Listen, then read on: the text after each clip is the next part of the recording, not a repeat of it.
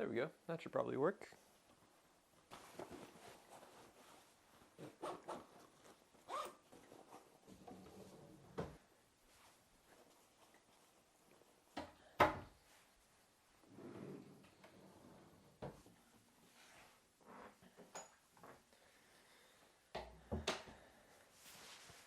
I know I'm kind of scruffy, but you won't have to look at me for long, so bear with me. You may have noticed my hair's not white anymore. That was pretty fun for a while. While it lasted. It was time for a change.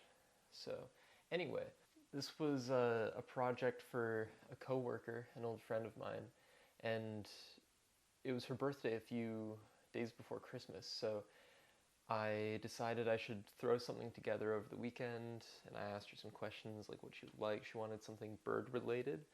So I took that, and I knew that she used to be in a book club and that she's in archiving, so I wanted it to be something like a birding book, like something like this, maybe. So different pictures of birds, the color-coded kind of pages, stuff like that. Yeah, so anyway. Like most of my recent projects that I've sculpted, we're going to use Super Sculpey. It's a polymer clay that you can bake. It's super forgiving. You can make mistakes, which I make many. And the only caveat is that since it's beige, it looks kind of weird sometimes during certain points in the process.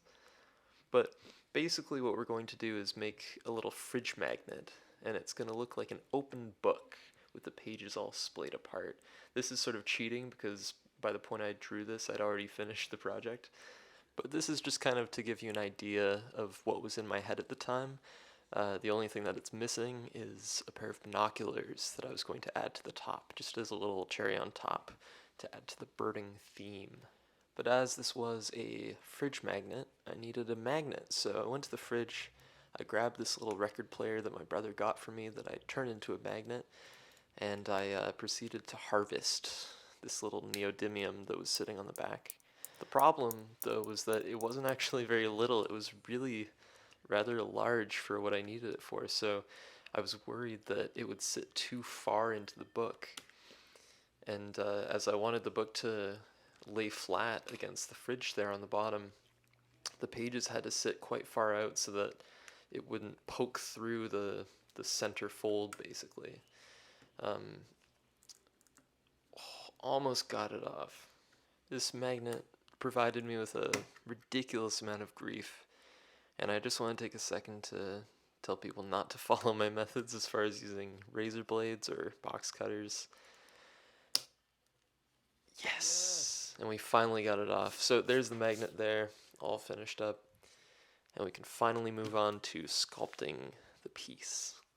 Now, this isn't really a tutorial at all, because you can see I'm using a Sharpie pen as a rolling pin. But it's just kind of a build log of showing you how this thing got made from start to finish. It's a little bit exhaustive too, because many of these things aren't really necessary, but you know, I'd like to show people what goes into making something like this.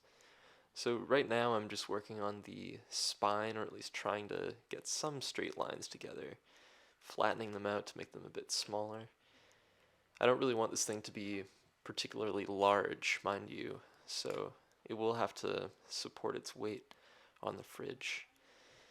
And finding these square cuts is harder than it seems, because as you pull the Super Sculpey, it actually drags the material further down, so it's not exactly, it's non-trivial.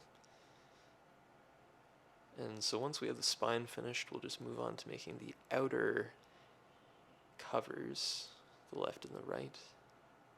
Not quite narrow enough, just another pass. And I think we have it, so just squaring off and a cut, just kind of eyeballing down the middle. But we're still not square. You know, my eyeball isn't really very good for concrete measurements, so a little cleanup and Close enough.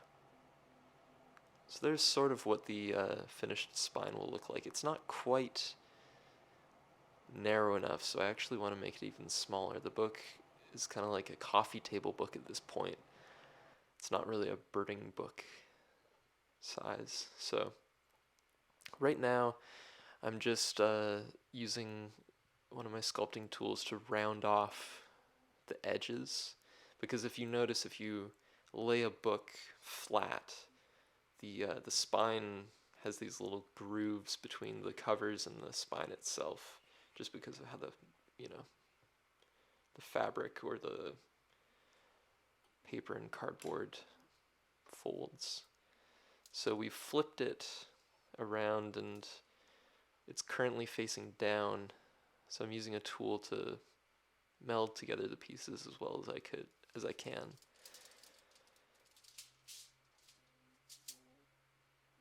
And there we are. So that is the almost finished cover for the book that I decided to make as a separate piece so that it could bake properly and be finished properly. So we can set that aside and start working on the pages, which I was really excited about. And they're kind of hard to tell right now, but you'll slowly see them take shape in the coming moments. Right now I'm just carving out the center fold. They're going to be a little bit exaggerated too, not quite what you'd expect with a normal book, but I still have yet a lot to trim away, and they'll keep changing shape. So I use this kind of little spade looking tool just to cut away the excess, because it kind of takes too much time to pinch it off with your fingers or anything like that.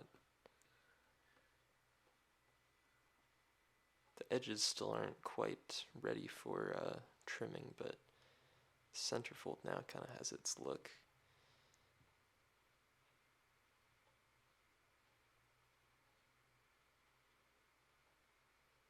And something I didn't realize at this point was that I should have been using the tool from the center, because you can see that that just dragged all that page towards the middle, and I had to correct it afterwards.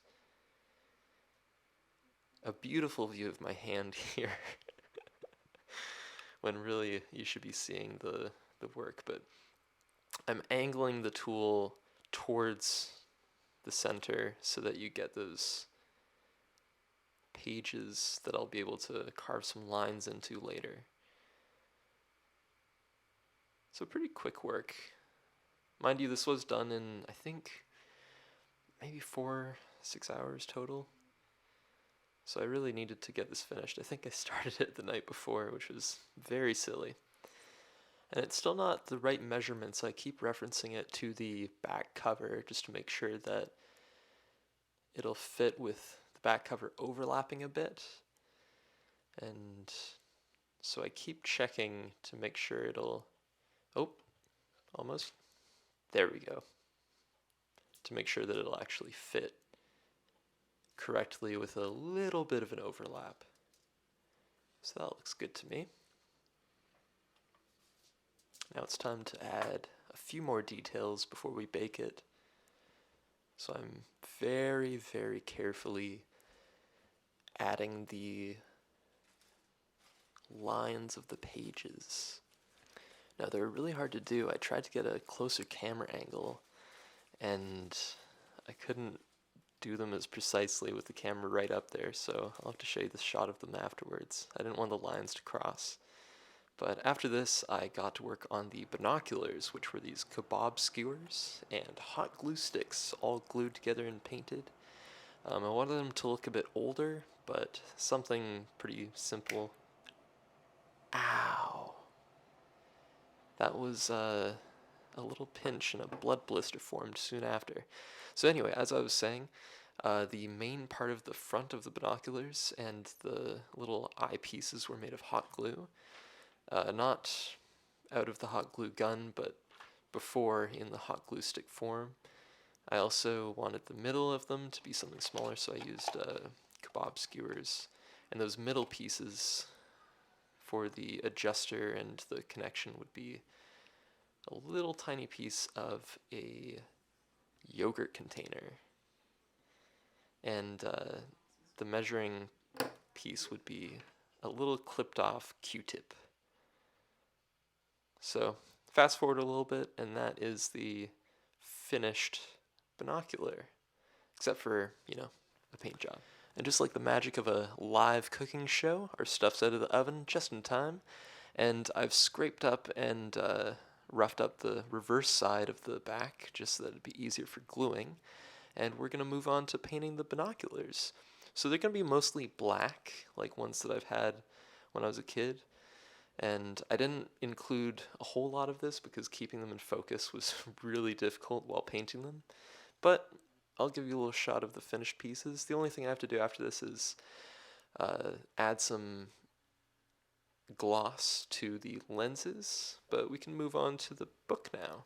So the book, I painted the edges of the book black so that you would really get the detail of those pages, and then I added several coats of white paint to the open pages and a kind of dry brush on the edge so that you'd be able to see that detail. And staying in line with this not being a tutorial, I skipped about 14 steps and just finished the painting of it. The bird on the left is a Clark's Nutcracker, which I thought was very apt given that it's Christmas time, and a blue jay on the right hidden on the side. The back side has a little barcode, and I signed it, put a little blurb on the back in this little chicken scratch kind of writing. I'll blur her name there, but the HBD stands for Happy Bird Day or Happy Birthday. So yeah, I'm really happy with how it turned out. She really liked it. She was over the moon, if I do say. So it was mission accomplished. So yeah, that's basically it. Thanks for watching. Thanks for stopping by, and come back anytime. So so so um so so so so so yeah, so anyway,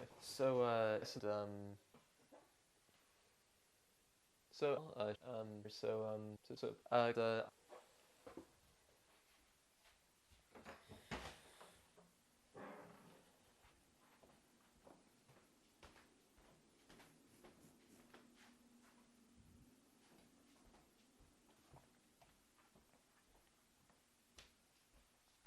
so